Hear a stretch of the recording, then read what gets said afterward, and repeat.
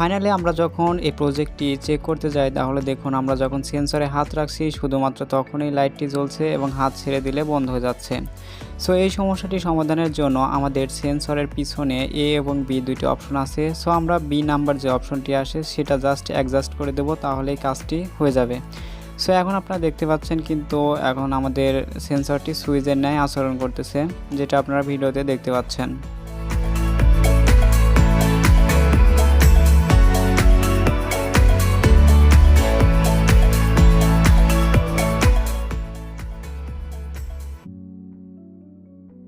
ভিডিওটি কেমন হয়েছে অবশ্যই কমেন্ট বক্সে জানাবেন। আর আপনি যদি আমার চ্যানেলে নতুন হয়ে থাকেন তাহলে প্লিজ চ্যানেলটি সাবস্ক্রাইব করে পাশে থাকবেন।